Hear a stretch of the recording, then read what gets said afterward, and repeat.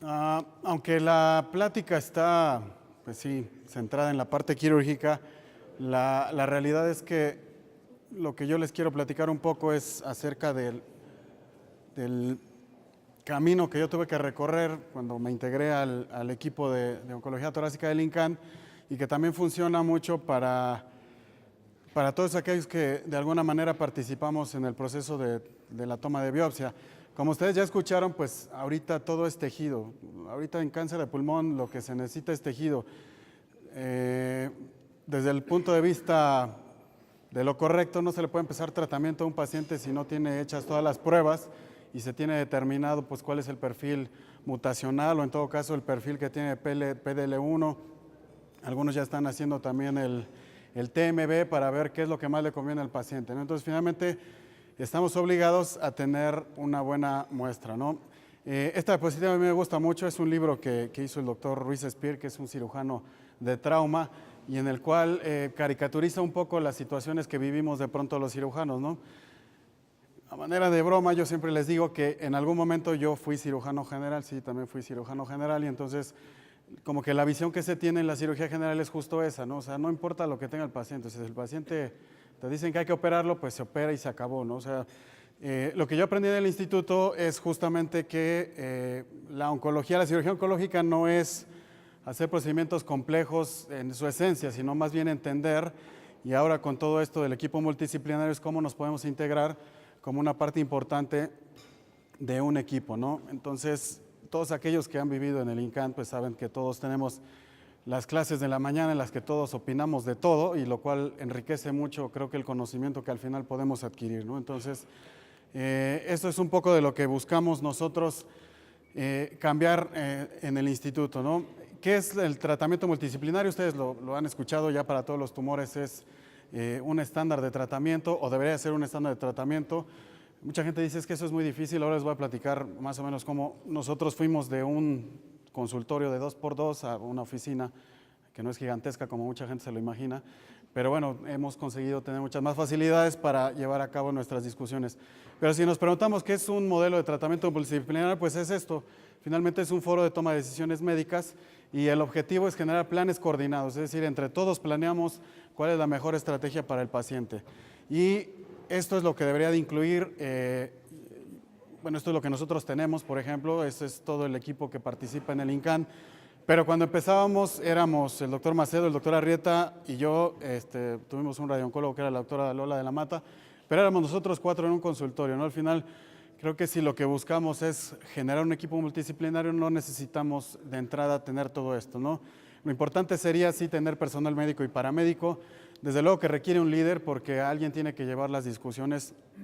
Esto que les comentaba el doctor Arrieta de que a veces hacemos trampa entre nosotros, pues también yo se las hago a ellos y seguramente el de radioterapia nos las hace a nosotros, ¿no? Y cuando estamos todos juntos, de pronto nos podemos poner a discutir de manera muy acalorada, pues cuál sería la mejor estrategia, ¿no? Cada quien va a defender su punto, entonces sí requerimos un líder que mantenga las cosas en calma, ¿no? Yo siempre les digo, imagínense lo que es discutir con Omar Macedo y con Óscar Arrieta ahí tratando de imponer pues cuál es tu punto de vista, ¿no? Resulta bastante complicado. Pero de ahí que el proceso clave de estos foros generalmente sea la comunicación, es decir, más allá de compañeros, creo que somos amigos y eso nos ayuda bastante a llevar una relación bastante cordial, ¿no? La discusión, esto también es bien importante, tiene que estar centrada en el paciente, ¿no? Y eso es a veces donde generalmente nos atoramos si pensamos que a lo mejor lo que yo hago es lo mejor, pero a lo mejor tengo un paciente que no necesariamente, en el caso de la cirugía, pues es lo que más le conviene, ¿no? Y esto pues sería el ideal, ¿no? Tener acceso a todos los recursos posibles.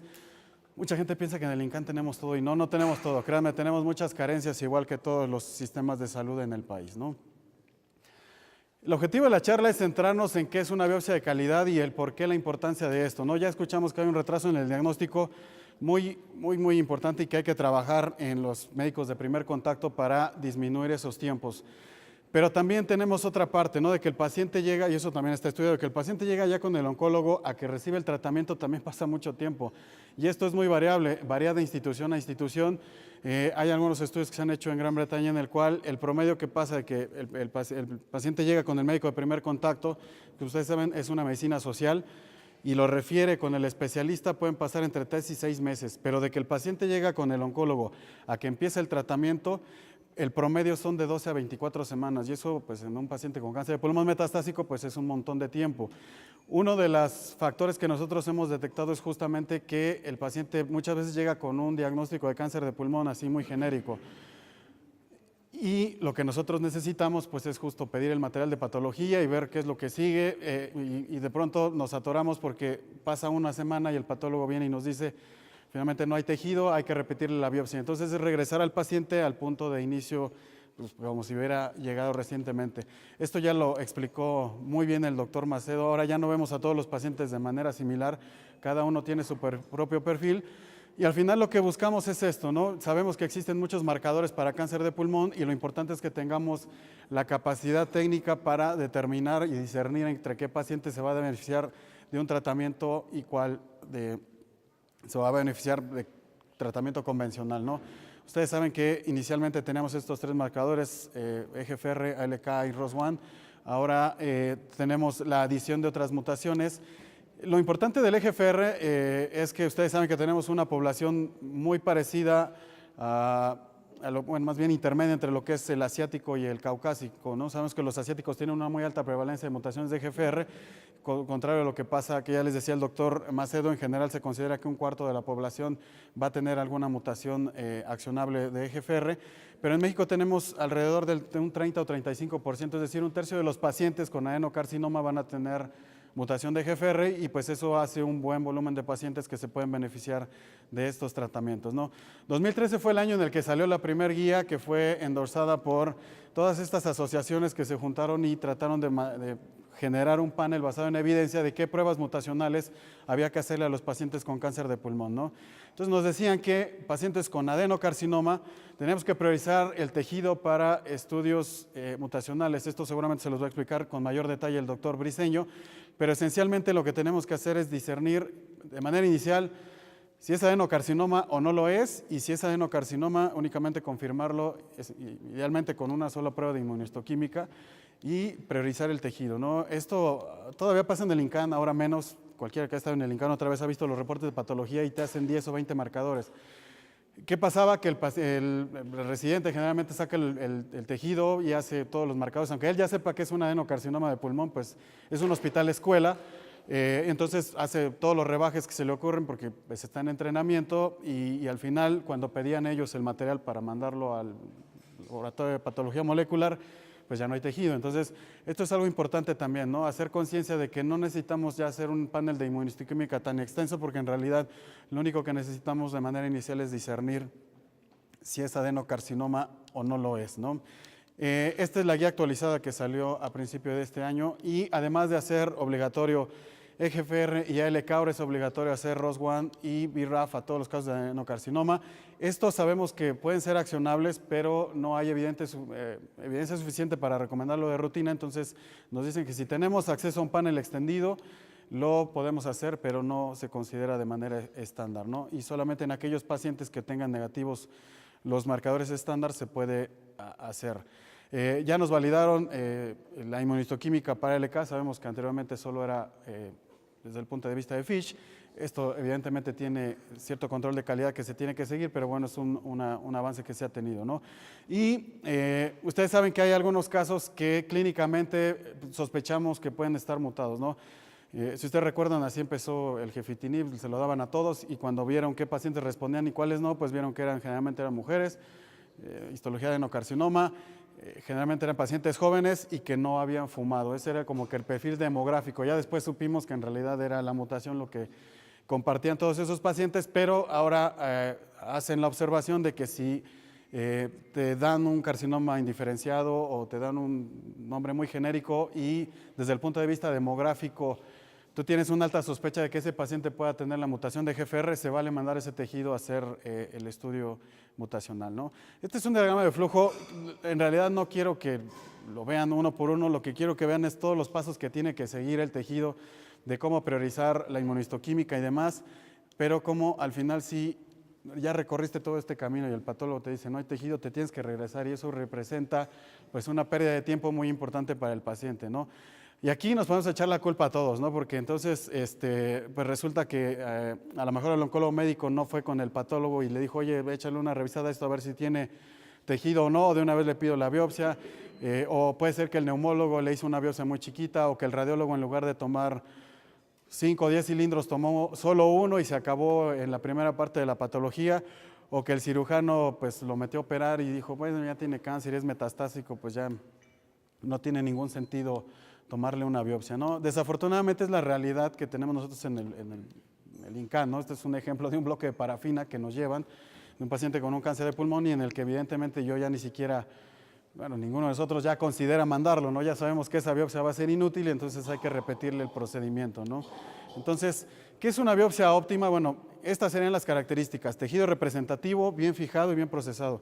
Ahorita el doctor Briceño nos va a dar una cátedra de, pues, qué es para el patólogo esto, ¿no? Que sea representativo y bien fijado y procesado, ¿no? Lo que nos tiene que permitir es de entrada hacer un diagnóstico histológico y realización de pruebas moleculares. Eso ya es una obligación, ¿no? Esto siempre lo pongo como opcional. En el INCAN, ustedes saben, tenemos un banco de tumores, entonces, además de tener el tejido para las pruebas que se hacen actualmente, pues también tenemos la opción de guardar tejido para potenciales ensayos clínicos. Ustedes saben, cada día salen nuevos marcadores, entonces el tener una base de tejido pues te permite muchas veces validar nuevamente esos nuevos marcadores, y si el paciente sigue con vida, pues también puedes considerarlo para ingresar a un nuevo ensayo clínico. Entonces, la pregunta es siempre cuántas células se necesitan para hacer estos análisis, ¿no? Doctor Briceño se burla, ¿no? Que dice, bueno, si al final solo necesitan 100 células, ¿para qué quieren tantas biopsias? ¿No? Bueno, el problema es que, como ustedes saben, en todas las biopsias no necesariamente va siempre tumor, o sea, puede ir mucho tejido desmoplásico, dependiendo del sitio donde tomes la biopsia puede haber solo necrosis. Entonces, esto de pronto yo cuando lo comento con mis colegas neumólogos, radiólogos o cirujanos de tórax que son intervencionistas, yo les digo que bueno, sí es importante saber que se necesitan al menos 100 células, pero que no se les quede en la mente que solo 100 células, es decir, de ahí para arriba, ¿no? Porque si no, entonces, en lugar de yo tratar de hacer el mayor número de biopsias, a lo mejor digo, pues con una biopsia, pues seguro ahí hay más de 100 células, ¿no? Esto es lo que en general se necesita. Como ustedes saben, los equipos van avanzando en cuanto a tecnología y cada vez se requiere menos tejido tumoral, pero ahorita el rango que se considera como aceptable son 100 células tumorales. Ahora, ¿cuántas células tumorales podemos obtener por biopsia? Bueno, es importante eso sí saberlo. Esto es por aspiración. Las de aspiración con aguja delgada, si está bien tomada y demás, está bien fijada, está revisada por el patólogo y nos dice que no es solo sangre, que sí tiene células tumorales, pues nos pueden dar entre 100 y 150 por aspiración, y el número que se recomienda de muestras es este que ustedes ven aquí abajo. En el caso de las biopsias transbronquiales, que eso es algo muy común en los casos de cáncer de pulmón, generalmente el médico de primer contacto pues es el neumólogo. Difícilmente un paciente con cáncer de pulmón va a llegar buscando un oncólogo, ¿no? Como ustedes saben, la sintomatología es muy vaga y por lo general el estudio que inicialmente hace un neumólogo es una broncoscopía, ¿no? Y entonces esas son biopsias muy, muy chiquititas. Entonces lo recomendable es que ahí sean al menos 5 biopsias por broncoscopía. Y en el caso de la biopsia guiada es quizá después de la cirugía, la que mayor cantidad de tejido te va a proporcionar, y en alrededor de 500 células tumorales por cilindro, y lo que se recomienda es que sean al menos 4 cilindros. Como les digo, no se trata de alcanzar el mínimo, sino de más bien de tratar de tener el mayor número de muestras. Este es un ejemplo de un tumor muy grande. Les comento que alguna vez un colega me dijo, pues es que hasta sin guía, ¿no? Yo le percuto y se la puedo tomar así sin donde esté mate, ahí le meto la aguja y seguramente voy a tener una biopsia de tumor. Aquí lo importante es que ustedes vean que desde aquí ya se ve que tiene zonas muy heterogéneas, tiene muchas áreas de necrosis. Si ustedes ven la del PET, bueno, pues realmente el área que capta es la periferia. Entonces, si yo tomo una biopsia así aleatoria, pues es muy probable que yo solo tenga necrosis, y aunque le tome 10 cilindros, es muy probable que solo me reporten tejido muerto y que no sirva. Es decir, además del número de muestras necesarias, es importante que tengamos la sensibilidad de saber que es importante saber de dónde voy a tomar la muestra para tener la mayor probabilidad de que la densidad de células tumorales sea la suficiente, ¿no? Ahora, de las citologías, hay algunos centros que cuentan con estudios de ultrasonido endoscópico. Sabemos que se requiere un protocolo muy, muy estricto en cuanto al número de pases, que tienen que ser al menos entre 5 y 10 pases, se tiene que extender en ese momento la citología, se tiene que fijar y tiene que haber un patólogo que te revise y te diga que hay células tumorales. Si tú haces todo ese procedimiento, sabemos que va a ser útil para determinación de pruebas moleculares en una probabilidad de mayor del 90%. Entonces, sí está validado el uso de las citologías por EBUS y por EUS, pero tiene que seguir ese procedimiento. Es decir, si yo hago la aspiración, hago el extendido, lo fijo y lo mando al patólogo, la probabilidad de que me lo regresen y me digan otra vez que no hay células tumorales, pues es muy alta. Entonces, sí se vale, pero siguiendo todas estas recomendaciones que yo les comento, ¿no? Entonces, ya está aprobado por el consenso de este año que las muestras de citología son útiles para pruebas moleculares. Algo que no se ha logrado validar es lo de inmunohistoquímica. Se tiene que seguir haciendo la mutación de EGFR, no se vale hacerlo por inmunohistoquímica, y tampoco el número de copias de EGFR, ¿no? Esto es algo que en el INCAN hacen, no sé por qué, no sé si el doctor Macedo sepa, pero nos reportan un EGFR score y a veces si el residente no tiene muy claro esto, te puede presentar el caso como que es positivo para EGFR, ¿no? Finalmente lo que buscamos es, ustedes saben cuáles son las mutaciones, las comunes, las raras, eso ustedes lo saben mejor que yo. Entonces lo que buscamos y la indicación de dar el tratamiento es ese, que el patólogo me reporte que tiene un alto porcentaje de receptores de EGFR, no quiere decir que estén mutados y que vaya a responder al tratamiento. Entonces eso también es algo que yo siempre les recomiendo a mis residentes, ¿no? Entonces, ¿de dónde tomamos la biopsia? Es lo mismo tomarla del tumor primario que del metastásico. ¿Cuál sería la mejor alternativa para mi paciente? Ya sabemos que lo que quiero es tener muy buena densidad tumoral. Bueno, algo que sí sabemos es que por lo general se recomienda evitar las biopsias de hueso. Los agentes que se usan para descalcificar esas muestras por lo general degradan el DNA y tienen una alta proporción de falsos negativos, porque no es que no tenga la mutación, sino que en el proceso de preparación se puede alterar la muestra. Entonces, en lo posible se tienen que evitar esas muestras y lo que ya les comentaba, elegir los sitios con mayor densidad tumoral. Esto puede ser visto con un esteo contrastado o con un PET-CT, y esto también siempre tenerlo presente, ¿no? Tiene que ser el más seguro y el menos mórbido para el paciente. A veces hay pacientes que tienen un ganglio supraclavicular, un ganglio en el cuello, un ganglio en la ingle. Yo he visto pacientes incluso con implantes subcutáneos. Y entonces, pues, ese es el sitio más accesible y el menos mórbido, porque se puede hacer con anestesia local y en realidad la proporción de complicaciones es muy baja. Entonces, pero una pregunta que puede surgir, bueno, ¿la proporción de mutaciones es igual en las metástasis que en el tumor primario? Y bueno, la respuesta es sí. Realmente la probabilidad de que haya una diferencia entre el perfil mutacional de la metástasis con el tumor primario es prácticamente de cero, es excepcional. Entonces, es seguro tomar una biopsia de un sitio metastásico si ese es el más accesible y el que mayor probabilidad me va a dar de tener una muestra representativa, ¿no? Entonces, sí se vale tomar de las metástasis y tampoco, bueno, en ese sentido, pues no se justifica tomar biopsias de los dos sitios para asegurarnos de la concordancia, porque, como les digo, la concordancia es muy, muy buena, ¿no? Y, digo, yo sé que todos ustedes son oncólogos, pero en foros donde hay neumólogos, radiólogos, intervencionistas, cirujanos, pues normalmente siempre nos peleamos por cuál es el mejor método, ¿no? Y bueno, todos tienen sus particularidades, estos son mínimamente invasivos, la cirugía también es mínimamente invasiva.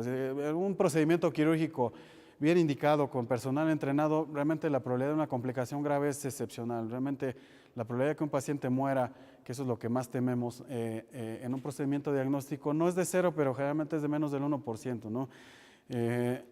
Afortunadamente, mis compañeros oncólogos médicos en el INCAN ya pues perdieron ese miedo a la cirugía torácica, ya saben que cuando proponemos un procedimiento la probabilidad de que sea exitoso es muy alta y que cuando les decimos que no es porque realmente el paciente está en mucho riesgo. Pero hay muchos centros en los cuales el que le abran el tórax a un paciente es así, o sea, piensan que al abrirle el tórax el paciente se va a morir o que va a pasar 10 días en terapia. Creo que el paciente bien escogido y con una buena indicación tiene un buen perfil de seguridad. Pero al final no hay un método ideal, o sea, yo no les puedo decir este es el método mejor, aunque yo sea cirujano, yo les diría, sí, la cirugía es la que más tejido da, pero pues implica mayor movilidad que otros métodos, ¿no? ¿De qué va a depender? Bueno, uno de las características y también de las preferencias del paciente, del recurso material con el que contemos y del recurso humano. Yo creo que este es el más importante, ¿no? Hay centros donde me han dicho, yo no tengo cirujano de tórax, bueno, pero a lo mejor tienes un neumólogo o un radiólogo intervencionista que es muy capaz. Yo les puedo decir que en el INCAN, yo creo que el 80% de las biopsias se hacen guiadas por imagen. ¿Por qué? Porque tenemos un equipo súper capaz. Entonces, es un procedimiento muy seguro, con muy buena certeza.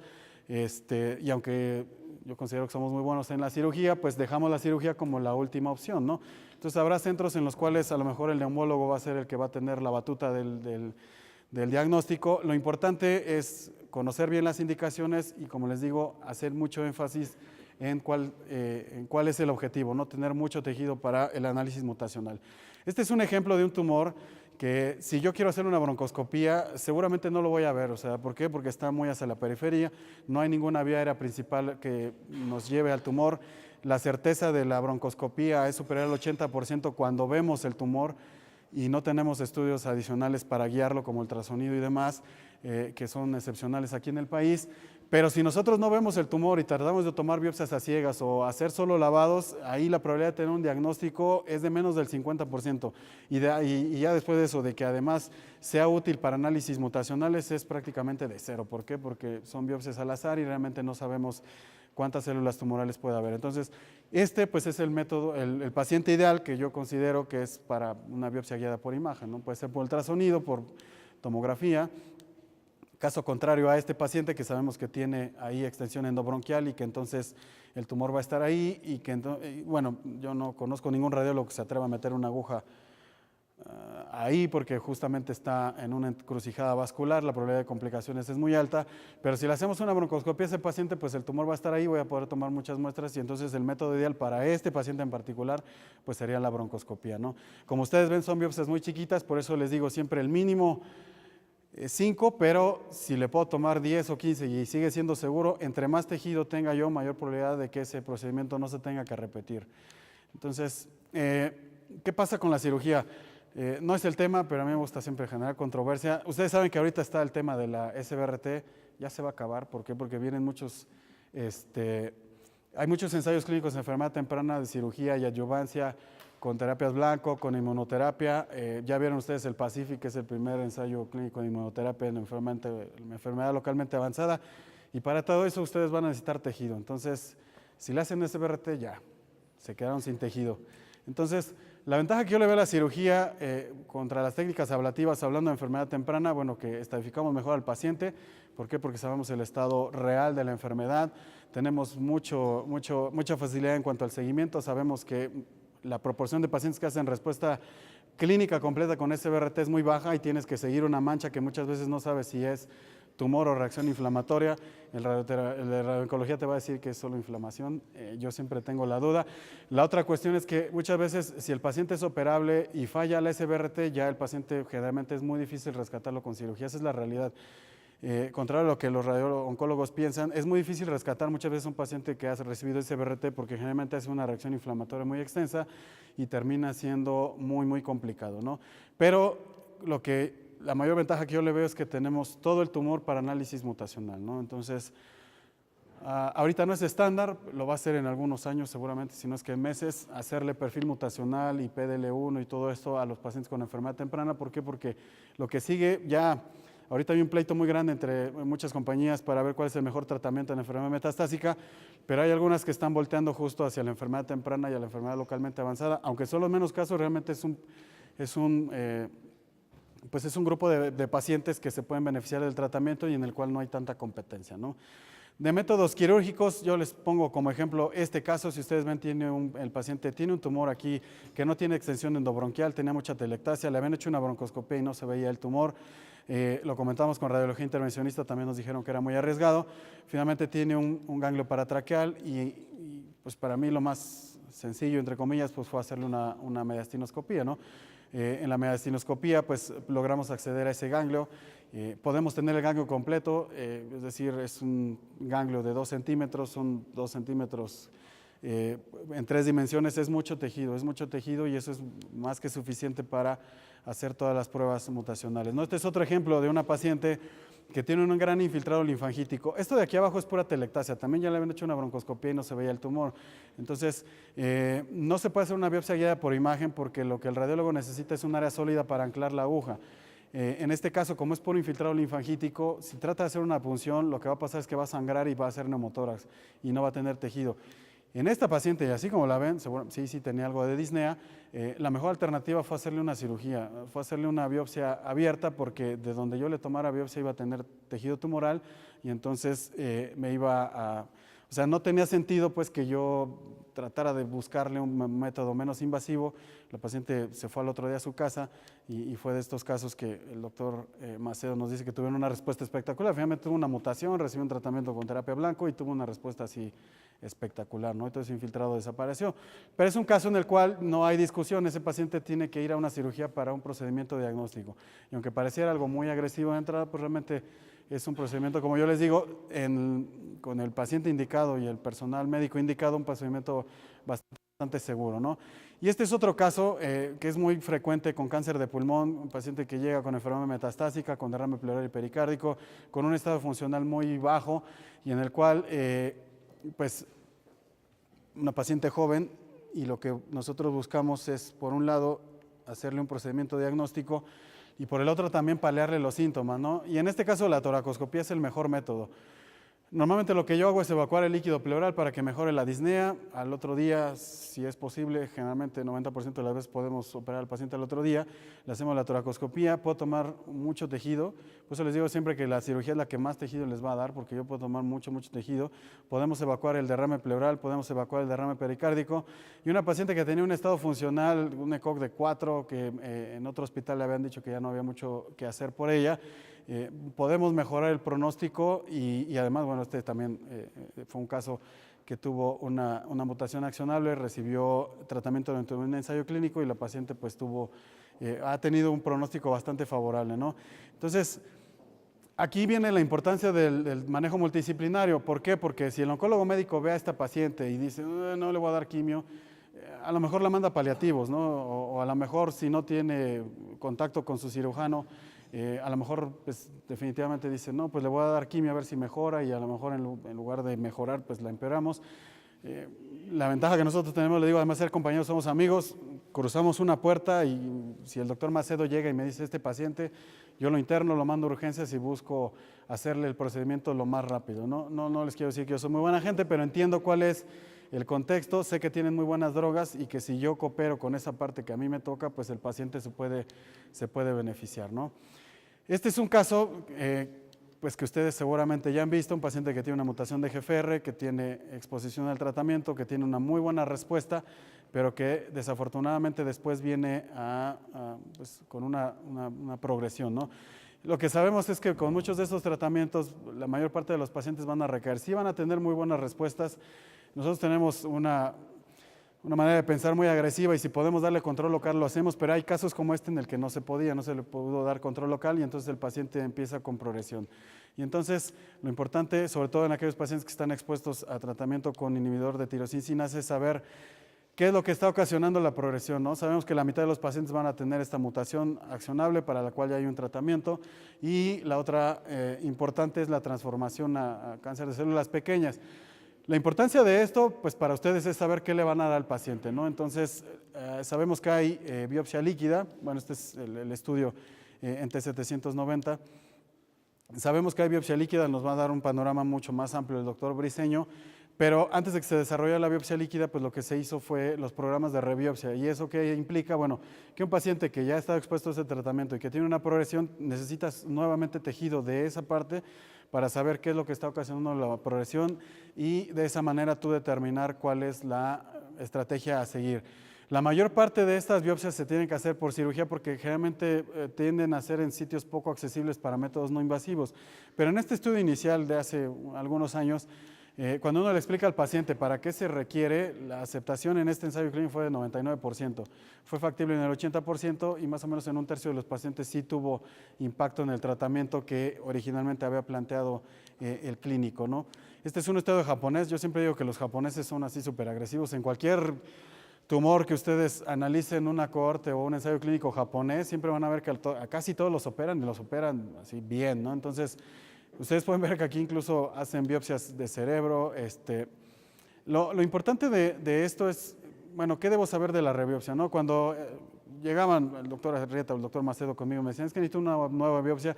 Desde luego que mi primer pensamiento era, pues, ¿para qué? Si ya sabes que tiene cáncer, ya sabes que es adenocarcinoma, pues está progresando, ¿para qué quieres una biopsia, no? Finalmente lo que a nosotros como intervencionistas nos tiene que importar es pues justo eso, ¿no? El saber que está indicada. ¿Por qué? Porque necesitamos determinar cuál es el mecanismo por el cual el paciente está progresando y bueno, que también tengo que elegir el método menos invasivo, que si tengo varios sitios, lo que se recomienda es que yo elija el que muestra mayor progresión. Hay pacientes que progresan igual en todos lados, pero hay pacientes que como por ejemplo, empezó a progresar justo en el tumor primario, entonces donde podemos tener pues, la T790 es la que se está escapando al tratamiento con el inhibidor de tirosinasa, pues es la que va a tener la progresión más rápida, ¿no? Otra vez, aquí, y esto también hay que comentarlo con su equipo de patología, en realidad lo único que necesitamos es que el patólogo nos diga si sigue siendo adenocarcinoma o si tiene transformación a otra histología. Y si sigue siendo adenocarcinoma, ya no es necesario que nos haga inmunohistoquímica, lo que tiene que hacer es mandar ese tejido justo para hacer la determinación de T790. Si se tiene acceso a NGS, bueno, hacer NGS para saber si tiene alguna otra mutación accionable, ¿no? Entonces, lo que se tiene que priorizar pues es justo el análisis de las mutaciones. Los paneles adicionales, como yo les decía, es solamente si la T790 es negativa y bueno, desafortunadamente, y esto dependiendo del centro en el cual se haya realizado el estudio, más o menos en la mitad de los casos no va a ser posible hacer una biopsia quirúrgica o vía por imagen o por algún método intervencionista, ¿no? De la biopsia líquida, ahorita el doctor Briceño nos va a dar más detalles. Lo único que yo quiero y que siempre les hago énfasis es la biopsia líquida es muy buena, es un método no invasivo, nos da un panorama general, es decir, no necesitas tomar una biopsia en particular porque te da un panorama global del paciente. Tiene una muy buena proporción de falsos negativos. Y entonces, si la biopsia líquida, aquí el mensaje es, si la biopsia líquida me sale positiva, yo le puedo dar tratamiento. Si me sale negativa, estoy obligado a hacer una biopsia de tejido. Y esa es la parte donde yo he visto que algunos de pronto les sale la biopsia líquida negativa y ya mandan al paciente a quimioterapia. Entonces, hacer énfasis en esto. Si la biopsia líquida me sale negativa, estaría yo obligado a buscar la manera de tener una biopsia de tejido porque aunque la biopsia líquida negativa puede ser positiva en el tejido, ¿no? Ese sería el mensaje clave en esto, ¿no? Entonces, la única indicación de biopsia líquida ahorita para tratamiento es justo para la determinación de T790, saber que la rebiopsia sí es una parte importante, y ahora les voy a decir por qué. Porque estamos cambiando la manera de ver el cáncer, ¿no? Ya no lo vemos como una enfermedad en el cual le damos tratamiento, el paciente va a fallar a 1 o 2 líneas y seguramente va a fallecer. Digo, la realidad de muchos casos es esta, pero la realidad de otros muchos es que se está volviendo una enfermedad crónica. Y yo les decía que ahorita es tejido, tejido, tejido, porque a todo, o sea, independientemente si no tiene una mutación accionable, van a tener que hacerle PDL1, van a tener que hacer, si son ustedes adeptos a hacer Foundation One y todos estos perfiles, pues lo que les van a pedir es tejido y lo que se necesita ahorita en cáncer de pulmón es tejido. Y como yo les decía, como yo veo ahorita el cáncer de pulmón, pues es que lo más seguro es que vamos a terminar haciendo un ciclo de este tipo, ¿no? Tengo la biopsia, le voy a dar un tratamiento dirigido a ese paciente, me va a progresar, voy a necesitar seguramente una biopsia líquida o una biopsia de tejido para saber qué nuevo mecanismo de resistencia o cuál es la manera en la que me está progresando mi paciente. Voy a hacer una nueva biopsia, voy a dar un nuevo tratamiento y muy probablemente vamos a terminar haciendo eso, ¿no? Cambiando constantemente de medicamento, ¿no? Voy a hacer mi comercial aprovechando la invitación. Justamente como iniciativa de la Clínica de Oncología Torácica y del Instituto Nacional de Cancerología del ESMEO, y en este caso con el apoyo de este laboratorio, estamos organizando justamente un evento para sensibilizar. Yo sé que ustedes como oncólogos ya lo tienen muy presente.